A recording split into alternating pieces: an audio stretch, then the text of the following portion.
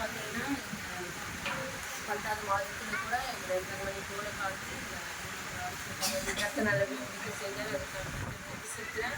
எங்கள் 2 பிள்ளைங்களுக்கும் 1 வருட ஆயுசு அதை கற்று கூட்டி கொடுத்தேன். அதுக்காக நான் கற்றுக்கு வேண்டி சேர்க்கிறேன். என்னம்மா கர்த்தர் வந்து எனக்கு ஒரு நல்ல வேலையை கொடுத்துருக்காரு. அதுக்காக கர்த்தருக்கு நான் வேண்டி சேர்க்கிறேன். தேவையில்லை எல்லாவற்றுமே சந்திக்கிறாரு. நாங்கள் நினைச்சு பார்க்க முடியாத காரியங்கள்லாம் எங்க வாழ்வுல வந்து கர்த்தர் செஞ்சு வராரு. அதுக்காக கர்த்தருக்கு நன்றி சேர்க்கிறேன். இன்னும் வந்து எங்க கணவருக்காக ஜெபிச்சுக்கோங்க.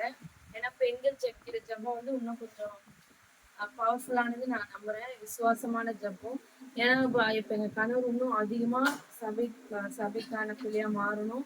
அது இல்லாம அவர் வந்து இப்போ இன்னும் 1 மாசத்துல இந்த ரயில்வே இது எக்ஸாம் வரப்போகுது. இதுதான் கடைசி எக்ஸாம். இதுல பாஸ் பண்ணாதான் உள்ள போக முடியும். அந்த சூழ்நிலை இருக்குது. அப்போ கர்த்தர் நான் யாரையுமே நம்பல. அவரையே நான் திட்டிட்டே தான் இருப்பேன். நீ சர்ச்சுக்கு வரலன்னா கர்த்தர் உதவி. நேற்று கூட அவர் உட்காந்துட்டு இருந்தாரு. அமாவாசை பேர் இருந்துச்சு. நான் வந்து திட்டினேன்.